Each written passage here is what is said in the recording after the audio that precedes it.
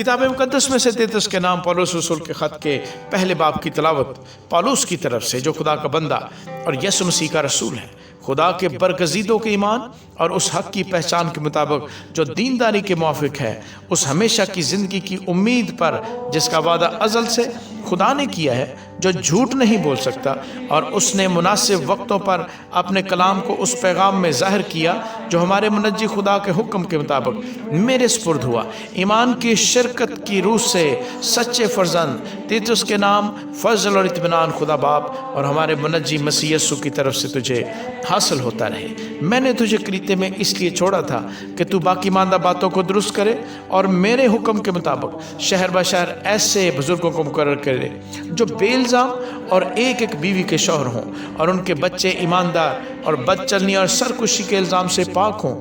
کیونکہ نگہبان کو خدا کا مختار ہونے کی وجہ سے بے الزام ہونا چاہیے، نہ خود رائے ہو، نہ غصہ ور، نہ نشے میں غل مچانے والا، نہ مار پیٹ کرنے والا، اور نہ ناجائز نفع کا لالچی، بلکہ مسافر پرور، خیر دوست، متقی، منصف مزاج، پاک اور ضبط کرنے والا ہو، اور ایمان کے کلام پر جو اس تعلیم کے موافق ہے قائم ہو، تاکہ صحیح تعلیم کے ساتھ نصیحت بھی کر سکے اور مخالفوں کو قائل بھی کر سکے، کیونکہ بہت سے لوگ سرکش اور بیہودہ کو اور دغا باز ہیں، خاص کر مختونوں میں سے۔ ان کا منہ بند کرنا چاہیے۔ یہ لوگ ناجائز نفع کی خاطر ناشائستہ باتیں سکھا کر گھر کے گھر تباہ کر دیتے ہیں۔ انہی میں سے ایک شخص نے کہا ہے، جو خاص ان کا نبی تھا، کہ قریتی ہمیشہ جھوٹے موذی جانور عہدی کھاؤ ہوتے ہیں۔ یہ گواہی سچ ہے، پس انہیں سخت ملامت کیا کر تاکہ ان کا ایمان درست ہو جائے اور وہ یہودیوں کی کہانیوں اور ان آدمیوں کے حکموں پر توجہ نہ کریں